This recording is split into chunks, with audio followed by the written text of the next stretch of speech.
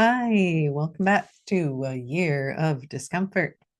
Not even a week in yet, but discomfort has no limits, no beginning, no end. It's always with us. So, hello. If I haven't met you before, you haven't met me, I'm Beverly. And I've decided every now and then I want to throw in a tool, something I can add, I can remind myself about, you can add to a toolbox of things that can support you when discomfort arises, when discomfort becomes very apparent. Without practices that we can use, it becomes very hard in any form of discomfort to stay with it. Check in with every one of your days, all of your life. When you had somebody guiding you, when you had something that you knew would calm you, it was probably a lot easier to deal with the things that were uncomfortable, the harder moments of life, than when you didn't. And if you've never been given any support and haven't ever been taught ways that you can support yourself, then it becomes even more difficult. So, this offer is breath. When I teach yoga, one of the yogas that I teach is yin yoga. And I do love that yin yoga, basically Paul Grilly, Bernie Clark, who wrote the book on it, all these people who were at the root and beginnings of yin yoga, the creation of it basically just called it yin because it's the opposite of yang, yang being very energetic, yin being a lot softer. As Paul Grilly said in the training I was doing with him, it's like everybody wants me to trademark it. It's like, no, it's just yin. It's the opposite of yang. And you don't have to know the full meaning of yin yang symbols to appreciate the fact that everything is relative. Yin is relative to how much yang there is. So winter is very yin like, so and very slow. So something that's even slightly warmer, slightly faster is more yang. Where in the summer, everything's very fiery, very fast moving, very light. So anything that's even slightly less heated, slightly less energetic can be more yin. Put that aside now. One of the breaths that you tend to use in almost all yin practice is a slower belly breath, an easier belly breath. Part of the purpose being you want to calm the nervous system, you want to relax all the muscular body so that everything else has a chance to let go. If you're tense, all the connective tissue that surrounds the tension of those muscles can't really release. Muscles are more elastic than connective tissue.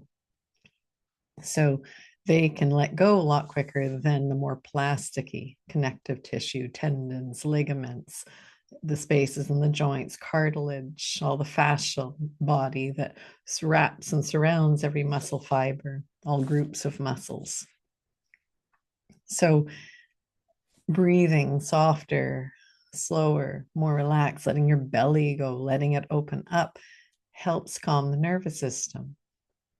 Well, if it's going to calm your nervous system when you're dropping into a pose that's uncomfortable and let your muscles relax, well, it's also going to do the same in any part of your life. It's the breath you would use if you have trouble sleeping. Use a slow, low, relaxed breath, concentrating on the exhales. And that's why I'm going to concentrate on that today. It's a yin state, a calm way of meeting things. In yin yoga, you are pushing up against discomfort. That is basically the practice. You are finding the edge of discomfort and you're hanging out there. You're not forcing it. You're allowing yourself to move into it. The body lets go when it knows it's okay and it's safe and it can drop deeper. And when it knows it's okay at this next edge, sometimes it will let go a bit more. And the longer you hang out with it, the calmer you are, the more you might let go. I've seen many people who could barely fold forward eventually give way quite deeply. So that's the physical aspect. Relaxing the muscles so the muscles aren't gripping and holding everything else from release. But since nothing in us is disconnected, what is also happening is the nervous system is being connected to. When you breathe slowly, deeply, calmly, you are signaling to your nervous system that everything is okay. You're not running away from the tiger, where all your muscles have to fire up and be ready to support you, be ready to fight, keep fleeing. The slower, deeper breath lets your nervous system understand that you are safe, everything's okay.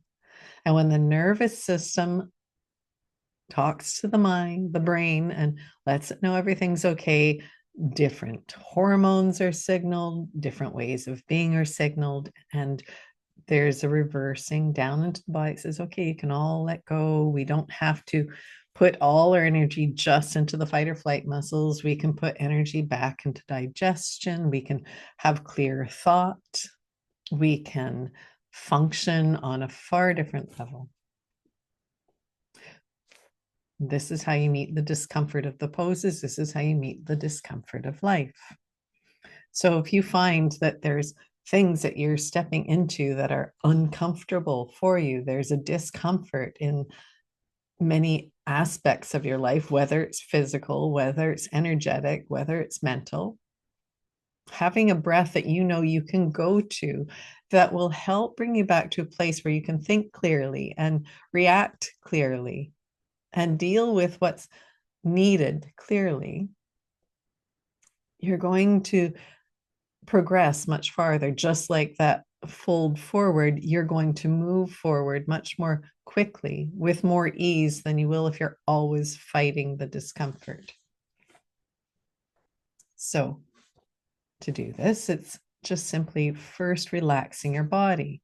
You need to find somewhere you can relax. If you happen to be standing on a bus and you can't sit down, not a problem. You just relax your grip on the rail. You don't have to let go. You want to be holding, but you don't need to be gripping, unless, of course, the bus driver is a bit crazy and it's a terrifying ride. If you are standing in a grocery store and something's upsetting you, just ground your feet, step a little wider so you're stable. Doesn't matter who's around, just stop for a moment and do it. If you're in the middle of an argument with a loved one, just stand calm, ask them if they're okay, if you just step out for a moment, even better, step away from the thing that's triggering you just for a moment. Whatever it is, find somewhere that's comfortable. Standing, feel a little wider, let them root down, let yourself relax into it. If you're seated, make sure you're comfortably seated. Try not to slouch. That keeps the body from releasing. You can't breathe properly when you're slouched, so prop a pillow behind you. If your feet are reaching for the floor, put something under your feet. If you can sit on the ground, even better, as long as you have something comfortable to sit on the floor, or you're supported enough that you're not gripping to be there.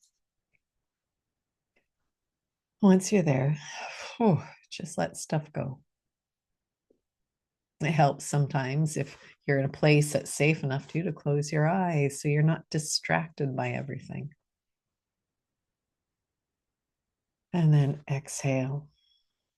Feel your belly go. Feel everything release. When you inhale, don't grip for the breath. Don't suck it in. Just slowly inhale. Let your belly expand. Don't hold your belly in. It's okay. Let it go. Let everything be free. And when you reach what feels like the top, pause for just a moment. And then exhale again.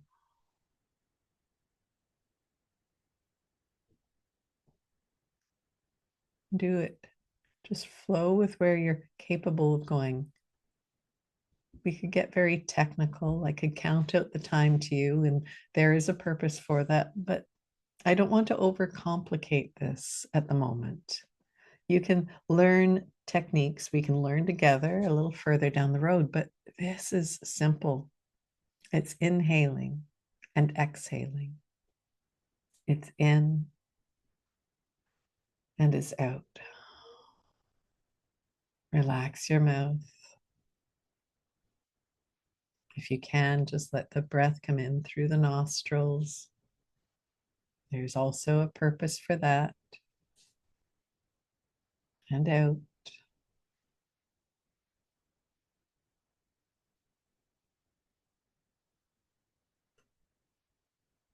And notice there's already been a shift. Something's already changed. What's your nervous system? And when your nervous system is calm and you're concentrating on the breath, your mind becomes calm because your mind can't go and scatter itself everywhere and grab all the scenarios that could be bad or distressing. It's present with the exact thing that's going on in the moment. And when you're in the very moment you exist within, it's really hard to be as uncomfortable with everything. The discomfort starts to melt away because you're not gripping, you're not ready to fight, not ready to flee. You're not living in this constant state of distress, just waiting for an attack that's never going to happen. Never, but probably not going to happen. We started mistaking discomfort for attack, for bad, for awful things of life. And discomfort was never that. Discomfort is necessary. But if our system is always on, our system treats everything that is uncomfortable as something bad. And then our language matches that. And when our language matches that, our mind begins to believe it. So if your mind tends to be the first thing that jumps forward, that decides and aligns itself with bad, with too uncomfortable, it's almost painful because it's so uncomfortable. And see if you can remind your mind that you, the true you, everything in here is in control and it's okay because you don't want to exist in a state that has you constantly on guard. You see, there's a downline effect to that. The downline effect, if you were in that state all the time, is that you were 90% of your day in fight or flight. And the health consequences and the mental consequences are massive. You're burning through cortisol, you're in constant inflammation. You're distressing every organ, every tissue, every cell within you constantly. And imagine taking something and pulling on it and putting it under stress constantly. What tends to happen? It gives at some point. But if it comes under stress and then it releases and it comes under stress, it actually keeps things supple. So we're meant to step into the stress, into discomfort, go, whew, what is this? And then calm, move through it, get to the other side, find the next moment. Oh, get through it, move to the other side. That helps us get stronger. That actually builds power within us, builds resilience within each of us. So again, let your feet ground. Close your eyes. And notice once you stopped listening to me chatter and your mind started thinking about all those scenarios I just mentioned and all the things that you've come up against, you now again come back to the present moment and simply notice the inhale and notice your exhale. In and out.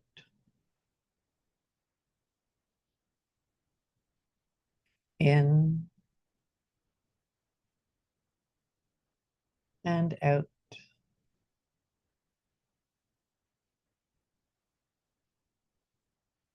Let your eyes open again. So, which one do you like better? Being everywhere else in your mind, but here, being reactive, or do you like that feeling that you just connected to, that softness, that peace in just 3 breaths? Feel it in your body. There's more blood flow.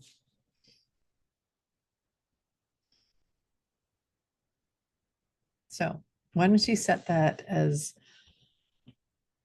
I hate to say challenge when we're talking about releasing into discomfort, but set it as a challenge or as a practice for the week. Every time you catch yourself becoming reactive, becoming very distressed about something, not wanting to move into something uncomfortable, just pause and take a few of those slow belly breaths. And then write yourself a little journal maybe about what that felt like, what the difference was for you. And you might find that it doesn't take you very long to prefer that practice. It doesn't take your body very long to start wanting to go there, because its natural state is to not be in a fight or flight response. Its natural state is only to be in a fight or flight response, maybe 10% of the day. And the thriving that will happen, the health of the body, of the mind, of the heart, that can occur from those simple practices of breathing are priceless. They truly are. Thanks for taking the time to listen. And really, if you do this, I'm thrilled. I'm absolutely thrilled. The more of us that stop being reactive and start evolving through our discomforts, I think the better we all will be. See you tomorrow.